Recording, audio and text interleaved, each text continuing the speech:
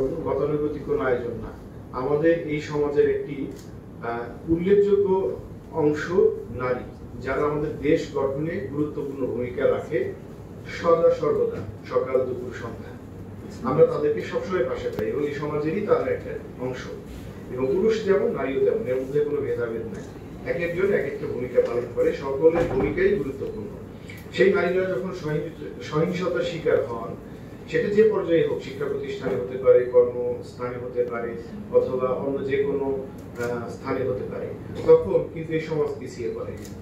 সুতরাং এই সমাজের গতি যদি আমরা স্বাভাবিক রাখতে চাই, তাহলে সেই নারীদেরকে স্বাভাবিক রাখতে হবে, তাদের নিরাপত্তা দিতে হবে। বঙ্গবন্ধু হাইকোর্ট যে আদেশ প্রদান করেছেন তার আলোকে আমি অনুরোধ জানাবো আমাদের জেলা পরিষদের সম্মানিত মুখ্য নির্বাহী কর্মকর্তা আছেন, তার মাধ্যমে এবং অন্যান্য যাদের সাথে সম্পৃক্ত সবাই তাদের স্ব ভূমিকা পালন করবেন। ইতিমধ্যে আমরা আসলে সিভিল সার্জন এবং মুখ্য নির্বাহী কর্মকর্তা তাদের কথা শুনেছি, তারা খুব সুন্দর করে প্রতিশ্রুতি ব্যক্ত করেছেন। আমিও জেলা প্রশাসক হিসেবে প্রতিশ্রুতি ব্যক্ত করছি যে আমাদের এই অঙ্গনে যা যা করণীয়, সৃজনশীল এবং মহামান্য হাইকোর্টের যে সমস্ত নির্দেশনা সহ আমরা নিজেরাও স্থানীয়, যেহেতু আমাদের সাথে এই অঞ্চলের ভূবৈচিত্র্য, সাংস্কৃতিক বৈশিষ্ট্য সহ একটু ডিফারেন্ট, এখানে লোকালি আমাদের যে সমস্ত সিদ্ধান্ত নিতে হয় এই বিষয়টি কার্যকর করতে গিয়ে তার সমস্তই আমরা নিব এবং কার্যকর করব।